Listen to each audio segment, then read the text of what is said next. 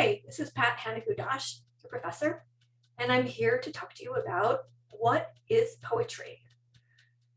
This is a question that really has never been answered. It is many, many things. Poetry is incredibly hard to break down and to pinpoint and say, this is what it is. It's sometimes easier to say what it is not, or to compare it to other things like prose, right? And probably the most basic thing that we can say about poetry is that it is broken into lines and stanzas. So the form of it is different from prose. But then again, there's this thing called the prose poem, which kind of looks like prose. They're often like a paragraph.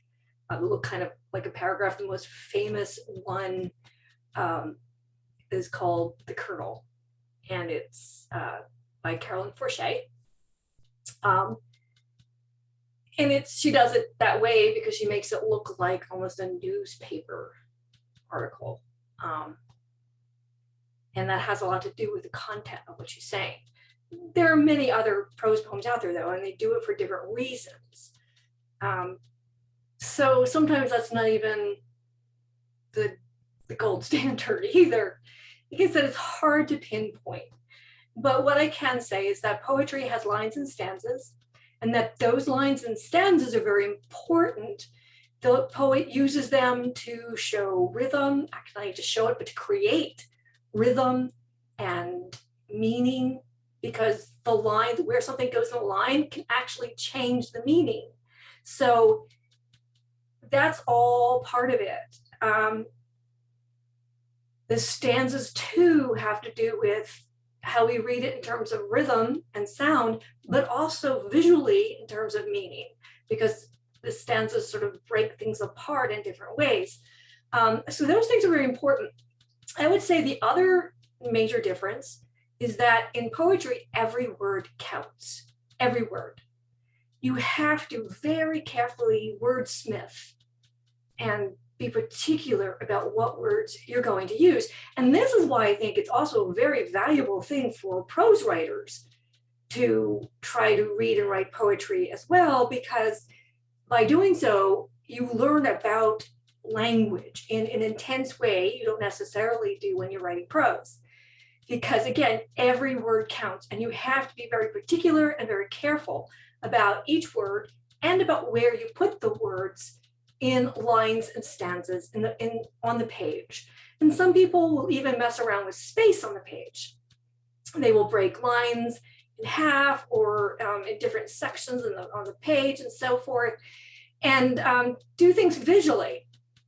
You have to be really careful with that, because you also have to remember that the way it looks on the page also affects the way we hear it and read it, because the other difference in poetry, or between poetry and prose, is that poetry is about sound too.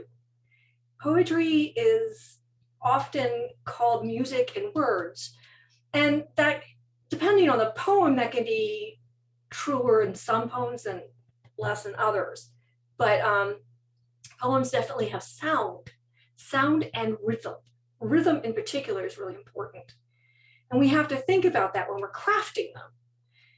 Not necessarily when you're writing your first draft, but when you go back and revise and craft your poems, you really need to think about sound and rhythm and where you want the line and where you want the words on the line and where you want to break that line, because breaking the line in certain places can change the way we look at it in terms of meaning as well as rhythm and sound.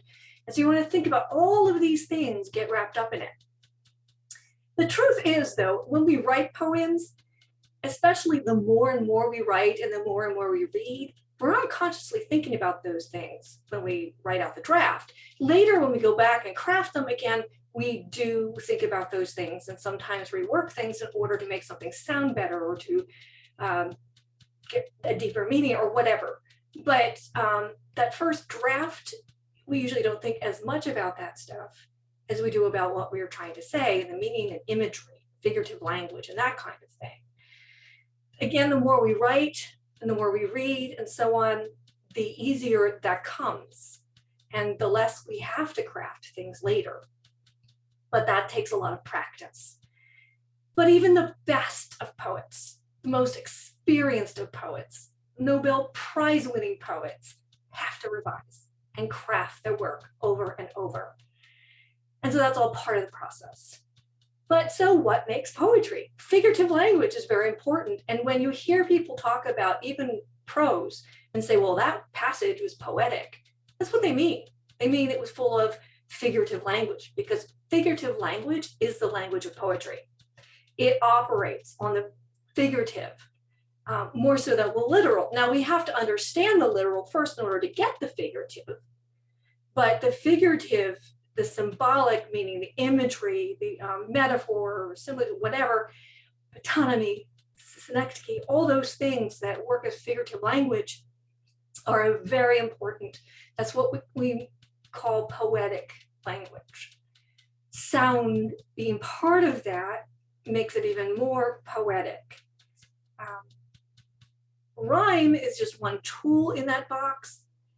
We don't use rhyme as much, rhyme or meter, as much in contemporary poetry as poets did in the last few hundred years. That said, a lot of people do still use it. It's part of closed forms, particularly sonnets and villanelles and so on.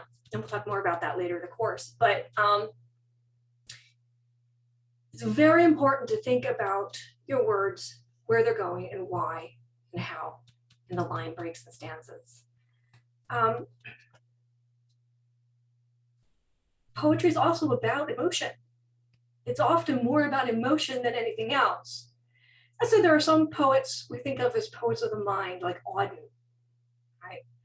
But most poetry, I would say, is really about emotion.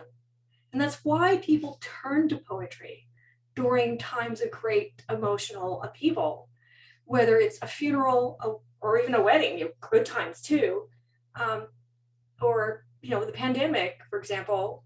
When the pandemic first hit, people were publishing poems all over the place. Actually, it's even true at 9/11. I remember that was actually a big deal. People wanted to read poetry after 9/11 because poetry encapsulated the grief. And there were poems going around by Rilke, who I love. Rainer Maria Rilke is a German poet. So translations of some of his poems were going around the internet. And that kind of thing still happens when something terrible happens collectively as a society. We tend to want to read poems that express our grief, because poets are better at expressing emotion, whether it's grief, joy, whatever, than prose often, because we have in our toolbox figurative language and sound. And when put together, those things reach us deeper into our subconscious, but also just viscerally. Physically, we react to poetry in a way that we don't to prose because of that. And that's one of the great gifts of poetry, that it can move us like that. And it also makes us feel like we're not alone, because a poet is expressing something about an emotion, and it captivates us and helps us get through it. It inspires empathy. Poetry is very important, I think, because it does inspire empathy. You're putting out your emotions and people read it and they take it in. And so they're hearing and reading other people's emotions and understanding I'm not alone out there, beginning to empathize. So poetry is very important. So important that some societies ban poets and chase them down and kill them. They're, Lorca, some of the great South American writers were killed because they had such a big influence on society. Russian poets too. The world's history is full of that. Poets are important. And That's all I can say. Excuse me, I'm losing my voice. I had a cough. But so what is poetry? That's the great question. There's no one answer. What I thought I would do, I'm actually using Zoom in part so I can share my screen. Oops. So, sorry. So here's an example. This was actually a closed poem, a villanelle. It's a traditional form. But listen to how this person puts it in contemporary terms. She uses a language that is colloquial, a dialect really, and the voice is all very much her, and it reveals all emotions. A modified villanelle for my childhood with some help from Ahmed by Susie F. Garcia. I want to write lyrical, but all I got is magical. My book needs a poem talking about I remember when, something more autobiographical. Mi familia wanted to assimilate, nothing radical. Each month was a struggle to pay our rent with food stamps, so dust collects on the magical. Each month it got a little less civil. Isolation is a learned defense when all you want to do is write lyrical. None of us escaped being a criminal of the state, institutionalized when they found out all we had was magical. White room is white room. It's all statistical. Our calendars were divided by Sundays spent in visiting hours. Cold metal chairs deny the lyrical. I keep my jeans in the sharp light of the celestial. My history writes itself in sheets across my veins. My parents believed in prayer. I believed in magical. Well, at least I believed in curses, biblical or not. I believed in sharp fists, beat myself into lyrical. But we were each born into this, anger so cosmical, or so I thought. I wore 10 chokers and a chain, couldn't see any significance. Anger is magical.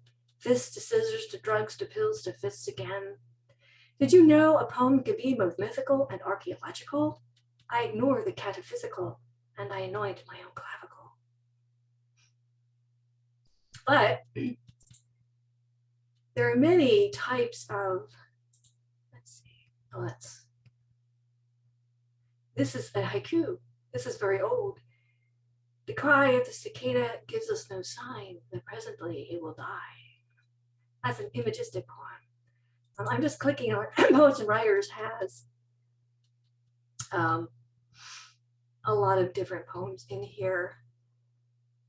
I wanted to find something that would, today it's snowing outside, so this sounds appropriate. Let's find something.